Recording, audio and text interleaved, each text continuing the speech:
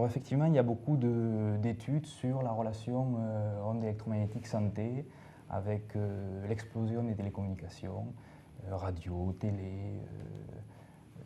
téléphonie mobile. Donc il y a beaucoup d'études. À ma connaissance, à ce jour, il n'y a rien d'établi de manière claire et définitive en ce qui concerne la relation entre ondes électromagnétiques et santé. Il n'y a rien d'établi au sens de la nocivité, j'entends par là. C'est différent du problème de l'amiante qui a été utilisé dans la construction, dans le bâtiment, alors que l'on savait que c'était un matériau nocif pour la santé. Et le scandale réside là-dedans. En ce qui concerne les ondes électromagnétiques, il ne peut pas y avoir scandale puisqu'on ne sait rien de manière définitive.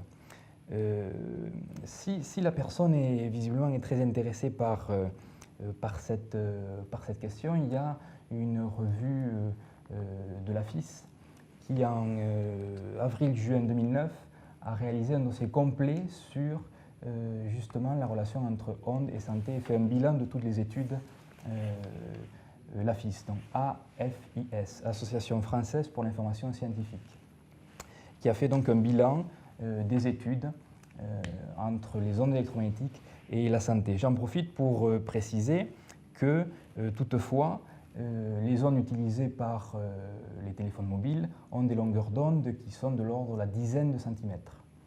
Celles de la radio, du mètre, celles de la télé, de l'ordre du centimètre elle-même.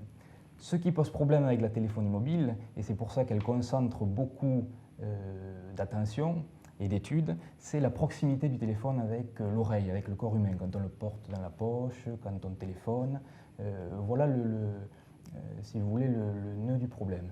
Mais je répète, pour conclure la question, il n'y a pas, en 2012, de décision, de résultat définitif établi sur la relation ondes et santé.